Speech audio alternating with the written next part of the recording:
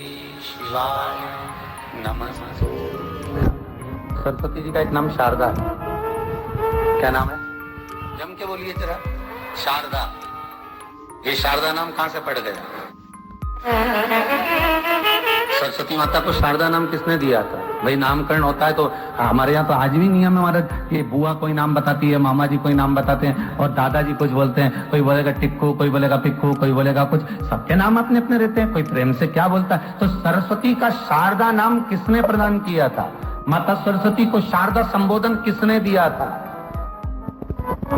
माता सरस्वती को शारदा का संबोधन किस समय पर प्रदान किया गया था?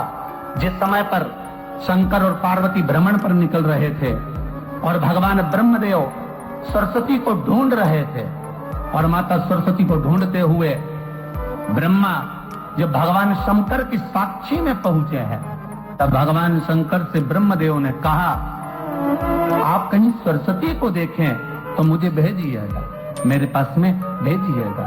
शंकर भगवान ने उसी समय पार्वती से कहा, पार्वती,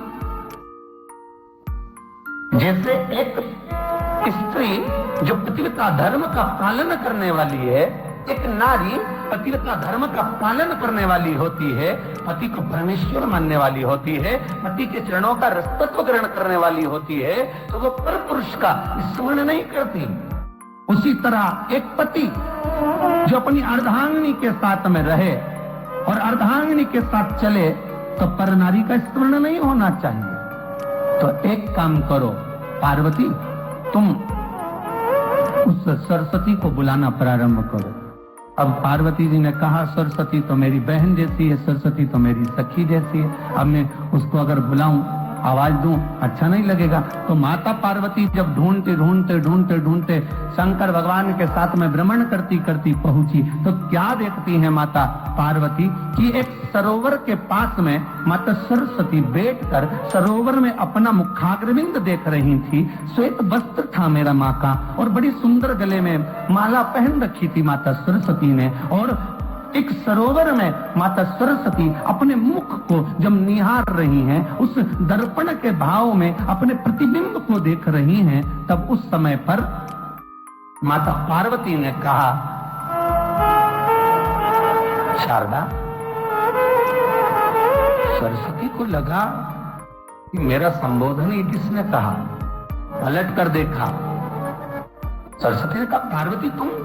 हाँ, मैंने तेरा जो दर्पण में प्रतिबिंब देखा है, तेरा स्वरूप देखा, पर तू इतनी सुंदर है, इतनी सुंदर है, पर तेरा जल में जो स्वरूप देखा ना, वो नीला दिखाई दिया, थोड़ा सा श्याम दिखाई दिया, इसलिए मैंने तुझे शारदा कह दिया। आज भी हमारे मध्य प्रदेश के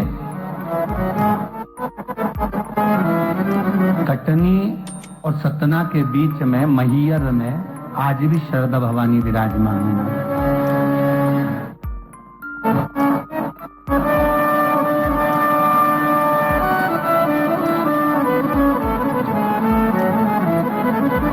धार जिले में जाएंगे तो बाग क्षेत्र में मां बागेश्वरी, मां शारदा आज भी विराजमान।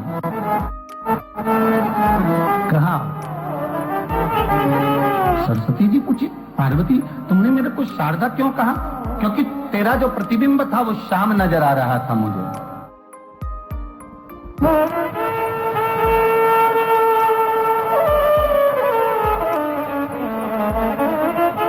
उस प्रतिबिंब को देखकर मैंने तुझे शारदा का संबोधन दिया।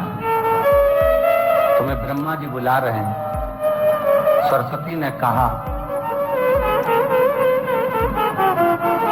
पार्वती मैया, दीदी, आपने मुझे जो नाम दिया है, जगत के लोग, संसार के लोग मुझे इस नाम से जब पुकारेंगे तो ये शारदा, ये सरस्वती स्वयं उसके कंठ पर, उसके मस्तिष्क पर सदा विराजमान रहेगी, ये शारदा बनकर।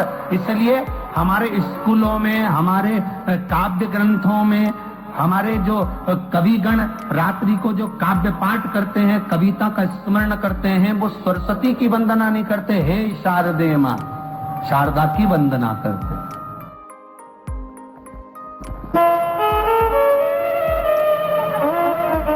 अभी आपसे कोई पूछ ले कि शारदा नाम पार्वती सरस्वती का कब पड़ा, तो आप बता सकते कि ये माता शारदा नाम कोई सहज नहीं है। माँ ढूंढने के लिए जब निकली ब्रह्मदेव के कहने पर भगवान शिव के साथ भ्रमण करती, नाम का उच्चारण कोई सहज नहीं होता। कोई देखता होगा, दादाजी ने अगर किसी का नाम कुछ रखा है तो कुछ सोच के रखा होगा, पिताजी ने अगर कुछ रखा है तो उसके मन में कुछ आया होगा तो रखा होगा, मम्मी ने अगर कोई नाम रखा है तो उसने कोई विचार कर कर रखा होगा। कोई नाम अगर किसी का रखा जाता है तो उसके अनुकूल रखा जाता है कि हो सकता है कि वो नाम की क्या उसके मन में चल रहा होगा।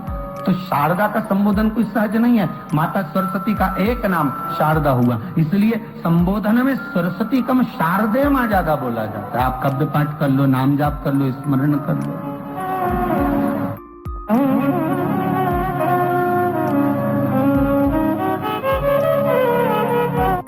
हम बच्चों से कहना चाहेंगे, छोटे छोटे बच्चों से, आप माता सरस्वती की आराधना करा करो। मेरे बच्चों से निवेदन है, कभी जिंदगी में अगर मौका मिल जाए और सरसों के फूल यदि आपके जीवन में आपको कहीं से प्राप्त हो जाए, सरसों के फूल जानते हो ना, पीला कलर का होता है सरसों का, आप प्रयास करो सरसों का फूल। जिस दिन माता सरस्वती का, मेरी बागेश्वरी का जिस दिन प्रागट्य उत्सव हो बसंत पंचमी का, उस समय पर माता सरस्वती का स्मरण कर कर वो सरसों का फूल आप देव अधिदेव महादेव को चढ़ाइए। जैसे माता सरस्वती को ज्ञान दिया था वैसा मेरा महादेव आपको भी ज्ञान दे। वो सरसों का फूल आप देव अधिदेव महादेव को समर्पित करें। कई जगह पर आम के जो झूमर होते हैं वो, कई जगह पर सरसों का पुष्प, सरसों का फूल वैसे शिव महापुराण के अनुसार अगर अपन देखें तो बड़े रोग में भी कार्यगर होता है। जिसको कैंसर जैसा रोग हो जाता है या किडनी लीवर जिसका डैमेज हो जाता है, इसके लिए हमने पहले भी कथाओं में वर्णन किया है। बसंत पंचमी का दिन, महाराज सरस्वती का दिन, जिस दिन जो बच्चा पढ़ने में कमजोर होता है उसके हाथ से बसंत पंचमी के दिन सरसों के 31 फूल शंकर जी को चढ़ा दिए जाते हैं तो बच्चा पढ़ने में अव्वल निकल जाता है। उसके बच्चे को कभी नहीं कह सकते कि पढ़ने बैठ, वो खुद बैठेगा। केवल आज बसंत पंचमी का दिन, एक ही दिन चढ़ता है। और बाकी के सरसों के फूल आपको मालूम है कि रोग मुक्ति के लिए तो होते ही हैं। ये तो आपको पहले भी वर्णन किया महाराज कि जब कोई एकदम रोग आ जाए और डॉक्टर एकदम बोल दे कि ये रोग भारी आ गया है और इसकी जांचें जाएंगी और फिर ये कुछ भी हो सकता है, तो क्या करा जाता था कि 108 सरसों के फूल लाकर तुरंत शंकर भगवान को चढ़ाए जाते थे महाराज। तो चढ़ाने के बाद में रिपोर्ट अच्छी आती है। ऐसा नियम है। कहीं ठेका, कोई ठेकेदारी करते हैं ना, जो ठेका भरते हैं कि भाई मेरा टेंडर आना चाहिए, मेरा ये काम होना चाहिए, मेरी मल्टी बनना चाहिए, या मेरा ये काम के लिए जा रहा हूं, ये काम फतेह होना चाहिए, उसके सबके हाथ पर जोड़ने से अच्छा एक काम करो, बस 108 सरसों के फूल उठाओ, शंकर जी का उद्धतेश्वर महादेव का नाम लिखो और छोड़ दो, शिव जी के ऊपर एक एक कर चढ़ा दो, वो ठेका तुम्हें ही मिलेगा, वो काम तुम्हारे पास ही आएगा।